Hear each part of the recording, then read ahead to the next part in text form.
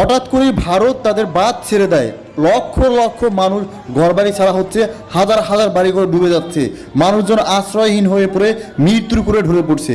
বর্তমান অবস্থা অত্যন্ত ভয়ঙ্কর।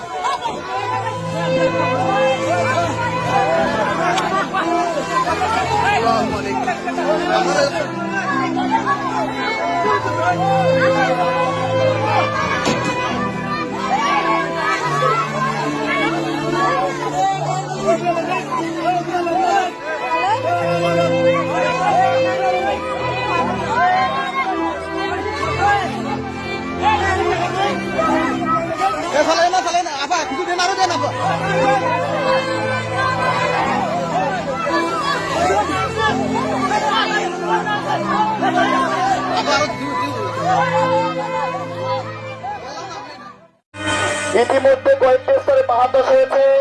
আপনারা যারা পাহাড়ের ঢলে ঝুঁকিপূর্ণ স্থানে বসবাস করছেন, অতি দ্রুত আশ্রয় কিন্তু আশ্রয় নেওয়ার জন্য অনুরোধ জানানো যাচ্ছে।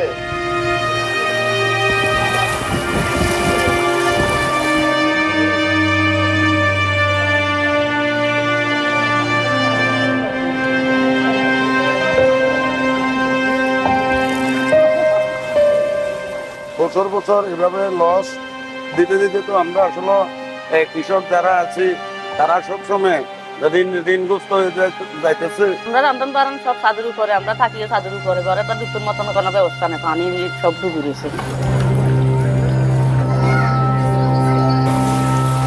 আমাদের মেইন রাস্তায় পানি এবং কি বাড়িতে ঘরে চুলাতে পানি ঢুকে গেছে। এই মাসের মধ্যে 2 বার আমার বন্যা হয়েছে। তাহলে এই বাঁধগুলা যে পড়ে গেছে, আগে একবার ভাঙছিল, ওই বাঁধগুলা কিন্তু মেরামত করে নাই সরকারে। বর্তমানেও আবার এখান দিয়ে আরো 2-3 রান দিয়ে ভাঙি পড়ে গেছে। এই কারণে আমরা এই যে পানির মধ্যে এত কষ্টে আছি। প্রতি বছর এই বন্যাটা হয়, এটার জন্য মানুষ অনেক দুর্ভিক্ষের মধ্যে থাকে, মানুষ অনেক কষ্টের মধ্যে থাকে। আমরা চাচ্ছি যে ব্রহ্মপুত্র নদের পানি বাড়ায় প্রবল চাপে ভেঙে গেছে ময়মনসিংহ সিটি কর্পোরেশন এলাকার বিনপাড়ায় প্রায় 50 মিটার বন্যা নিয়ন্ত্রণ বাঁধ। বুধবার ভোরে হঠাৎ করেই বাঁধ ভেঙে প্লাবিত হয়েছে সিটি কর্পোরেশন ও সদর উপজেলার 2টি ইউনিয়নের বেশ কয়েকটি গ্রাম। প্রবল বেগে পানি প্রবেশ করছে জনবসতিপূর্ণ এলাকায়। তলিয়ে গেছে সবজি ভাণ্ডার খ্যাত চরাঞ্চলের শত শত একর সবজি ক্ষেত, আমন ধানের বীজতলা ও মাছের খামার। ফসল হারিয়ে দিশেহারা ক্ষতিগ্রস্ত কৃষকেরা। বেগুন পাট সব তলিয়ে গেছে, আর কৃষি জমির ধান বীজ ফলছিলাম আর কি, বীজগুলো সব নষ্ট হয়ে গেছে। এনে প্রায় 1-1.5 লক্ষ মানুষের ফিশারির ক্ষতি হবে, কয়েকশো কোটি টাকার ক্ষতি হয়ে যাবে। এদিকে দ্রুত বাঁধ মেরামত। উত্তরবঙ্গে বন্যা পরিস্থিতি আরও খারাপের দিকে গেছে।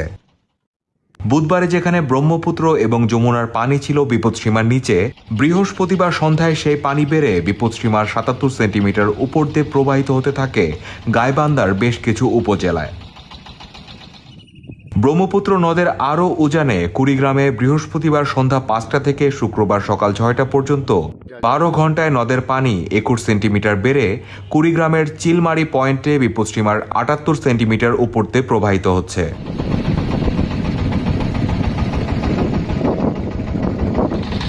বৃহস্পতিবার সন্ধ্যা পর্যন্ত গাইবান্ধার ফুলছড়ি উপজেলার চর গুপ্তমণি, রসুলপুর, মানিককর এবং গাইবান্ধা সদর উপজেলার খারজানি চর ঘুরে দেখা যায় হঠাৎ করে এত পানি বেড়ে যাওয়ায় দিশেহারা হয়ে পড়েছে চরাঞ্চলের মানুষ।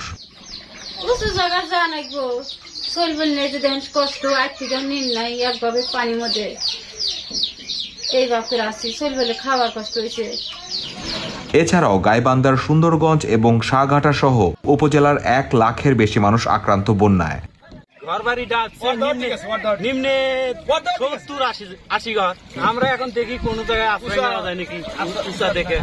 এসব এলাকায় 17,820 পরিবার পানিবন্দী হয়ে পড়েছে। 4 উপজেলায় বন্ধ হয়ে পড়েছে 80টি শিক্ষা প্রতিষ্ঠান। অন্যদিকে বন্যায় প্রবল স্রোতে ভাঙতে শুরু করেছে খারজানি চর।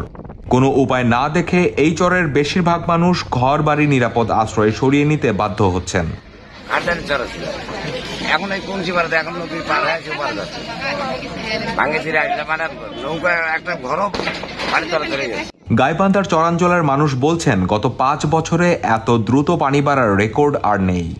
এরই মধ্যে চরে বিশুদ্ধ পানির সংকট শুরু হয়েছে।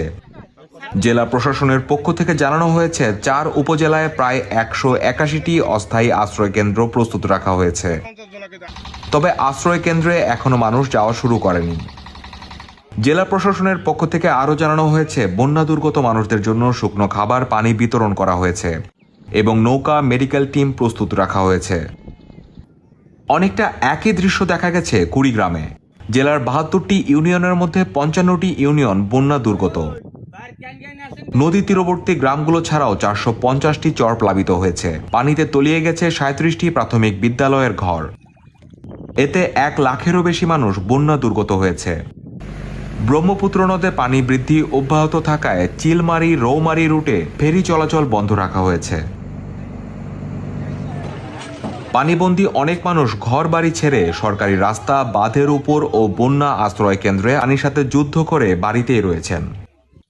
বানের পানিতে ভেসে গেছে অনেক বানভাসী মানুষের ঘরের চাল, দরজা, বেড়া, হাঁস মুরগি, গরু ছাগল, ফসল ও আসবাবপত্র। পানিবন্দী লোকজন খাবার ও বিশুদ্ধ পানীয় জলের চরম সংকটে রয়েছেন। সরকারি ত্রাণ সহায়তা বিতরণ করা হচ্ছে, তবে প্রয়োজনের তুলনায় তা খুবই অপ্রতুল। কুড়িগ্রাম পানি উন্নয়ন বোর্ডের নির্বাহী প্রকৌশলী রাকিবুল হাসান জানিয়েছেন, উজানে ভারত থেকে আসা পাহাড়ি ঢলে নদের পানি বৃদ্ধি অব্যাহত রয়েছে। আগামী আরও কয়েকদিন পানি বাড়তে পারে। ব্রহ্মপুত্র পারে ভয়াবহ বন্যা পরিস্থিতির আশঙ্কা